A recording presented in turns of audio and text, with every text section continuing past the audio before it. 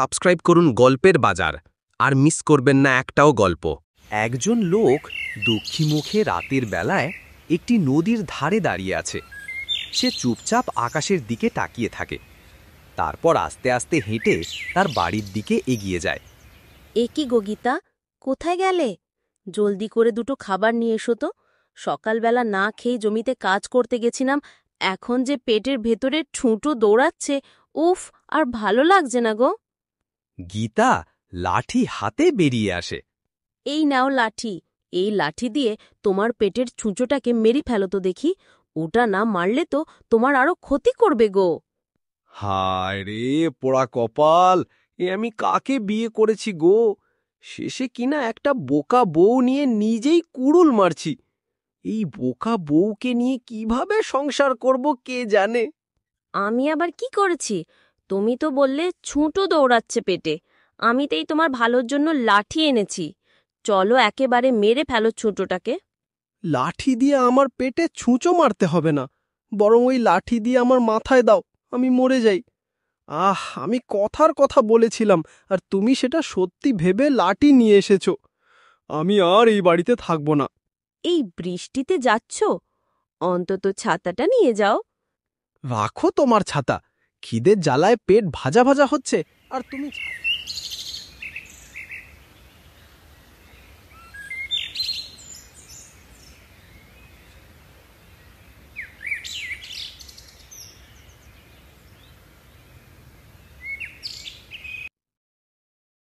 আরে অরুণ দাদা, তুমি না একটু আগেই বাড়িতে গেলে খাবার খেতে, আবার এখনই চলে এলে?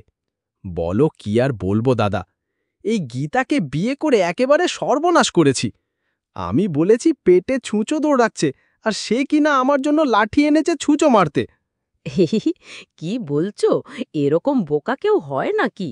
তবে দাদা, সত্যি বলতে তুমি একদম ভালো বউ পেয়েছো, মানে বোকা বউ।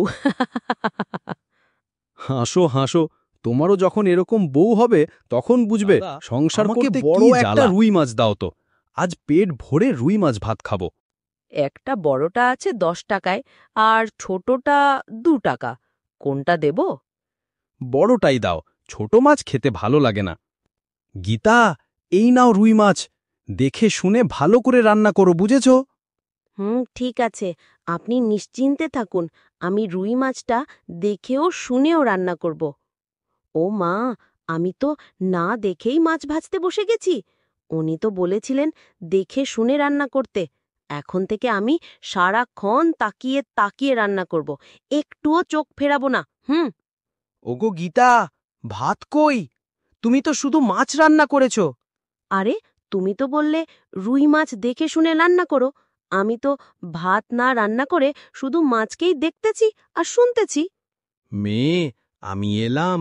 তোর শ্বশুরবাড়িতে সব ঠিক তো? হ্যাঁ মা, সব ভালোই। শুধু অরুণ একটু খিটখিটে। ওর পেটের ছুঁচো আমি মেরে দিতে গিয়েছিলাম, কিন্তু ও খুব রেগে গেল। ছুঁচো? তোর বর কি চিড়া মুড়ি রাখে পেটে? ওগো গীতারে, এইবার তুই সত্যি বাড়ির মান বাঁচালি। এইভাবেই অরুণ ও গীতার সংসার হাস্যকর ভুল বোঝাবুঝিতে চলতেই থাকে। তবে এক জিনিস ঠিক, গীতা যতই বোকা হোক, সে সব সময় চায় অরুণের ভালো। এটাই ভালোবাসার আসল রূপ।